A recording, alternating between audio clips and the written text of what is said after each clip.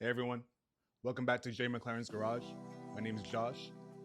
When you're the defending champion and you haven't won all year, the pressure hits different. Every lap becomes a question. Did I lose it? But at Pocono, a track where precision meets chaos, Tony Stewart found his answer. In a race defined by strategy, speed, and survival, Tony Stewart rose above them all. With 11 laps to go, he took the lead and he never gave it back. This is the story of the 2003 Pocono 500 at Pocono Raceway. June 8th, 2003, Pocono Raceway. After weeks of frustration and near misses, Tony Stewart finally reminded everyone who the hell he was. He started fourth and he was quiet early, but when it mattered, he and that bright orange Home Depot Chevy came alive. He did so by outrunning a stacked field, slicing through traffic, and executing the final round of pit stops with absolute precision. Pocono's 2.5-mile triangle doesn't play favorites. It demands rhythm, range, and nerve. Stewart had all three. He took the lead with 11 laps to go, just before a late crash locked the field under caution. And that was it. Win number 16, his first of the season, and Chevy's first win at Pocono in 5 years. He beat out Mark Martin, Matt Kenseth, and 40 other drivers that day. But more than that, he beat the slump, he beat the doubt, and he beat the narrative that maybe, just maybe, his 2002 championship was a fluke. This win wasn't loud, it wasn't flashy, but it was earned. It was a reminder that your breakthrough doesn't always come with fireworks. Sometimes it arrives in silence, after you've done the hard work no one sees. So if you're stuck in a dry spell, keep showing up. Your moment might just be around the next corner. And when it hits, it'll feel like Pocono did for Smoke. Calm, strong, and long overdue. Between 1999 and maybe 2002, Tony Stewart was one of my favorite drivers. I just really loved that orange Home Depot paint scheme. In 1999 or 2000, I had an orange Home Depot jacket that I wore to elementary school and middle school. It gave me the nickname Home Depot by some of my classmates because I always wore that jacket. So I'm very excited to have this car.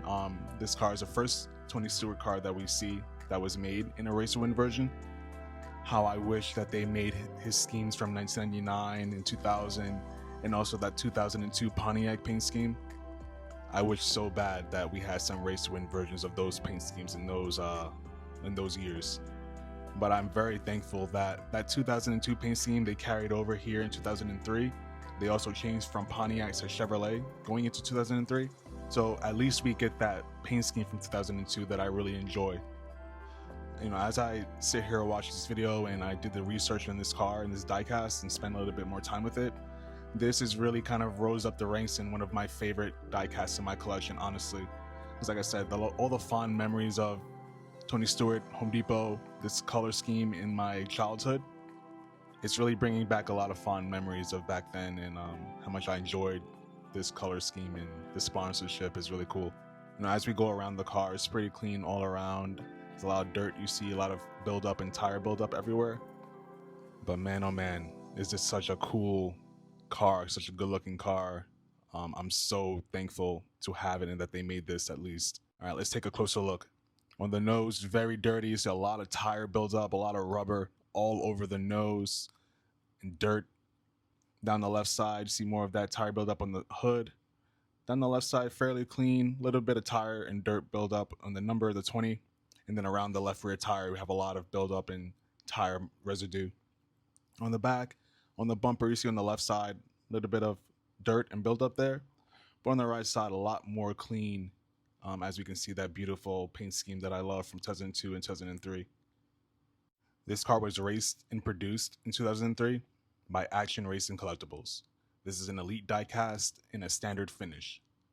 The production quantity on this car is 504, and the din on this car is 434. And this car was purchased from eBay. All in all, a pretty non-eventful race, not a lot of action going on there.